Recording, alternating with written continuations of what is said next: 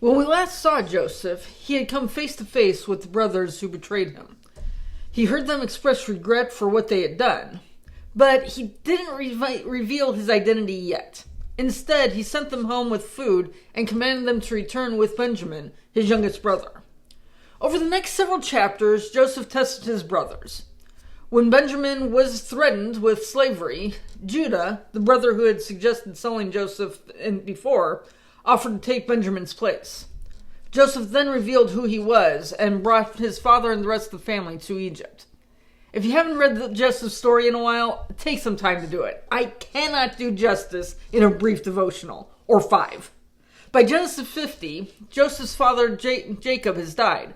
The family's been living in Egypt for 17 years, but Joseph's brothers were still afraid of him.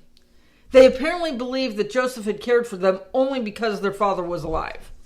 Now, they feared he would finally take revenge. So, they sent Joseph a message claiming that Jacob's last wish was for them to forgive them. Joseph wept when he heard it. Scripture doesn't tell us precisely why. Maybe he was grieved that after 17 years they still did not trust his forgiveness. Maybe the relationship between them had never fully healed. Whatever the reason, Joseph wept. And then he reassured the people who had wounded him. He made what may be one of the hardest declarations a wounded person can make. You intended to harm me, but God intended it for good, to accomplish what right now is being done, saving many lives. Joseph didn't pretend that what the brothers did was good. He called it what it was. They intended to do him harm, but their evil intentions did not have the final word.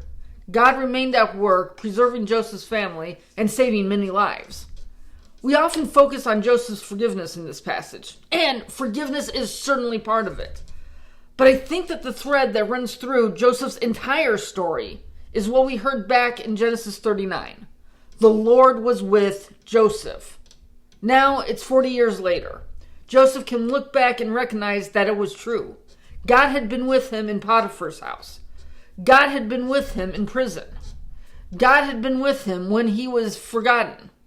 And God was with him when he was raised to power. The evil done to Joseph never placed him beyond God's presence or outside of God's purpose. Perhaps that's the invitation for us today. To look back over our own lives and ask where God was present, even in circumstances we never would have chosen for ourselves. Where can we now recognize God, sustaining us, shaping us, or bringing good out of something genuinely painful? For another take on this scripture, join us for Harvester Online Thursday at 8 p.m. Central. For Harvester Online, I'm Pastor Jen. Keep praying big and walking bold. I'll see you next week.